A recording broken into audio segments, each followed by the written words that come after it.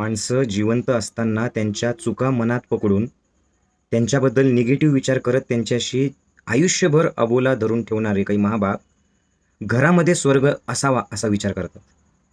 आणि हेच लोकं माणसं मेल्यावर त्या प्रेतावर पडून, पडून रडतात. यांच्या आयुष्यात कधीही आनंद निर्माण होऊ शकत नाही. कारण जिवंत माणसाला नावं ठेवायचे आणि मेलेल्या माणसाला का गेला म्हणून रडत राहायचं, अशी लोकं जिवंतपणे नरक यातना भोगतात. एकटी राहतात. पण अहंकार असा असतो, की तो त्या माणसाला तोडेल, त्या माणसाला कधीच जवळ करणार नाही.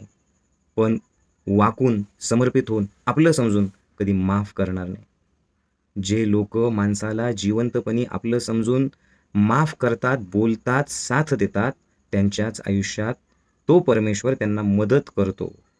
कुणी जर असेल तुमच्या आयुष्यात असं, तर विचार करा. एक क्षण, एक संधी परमेश्वराने तुम्हाला दिली आहे.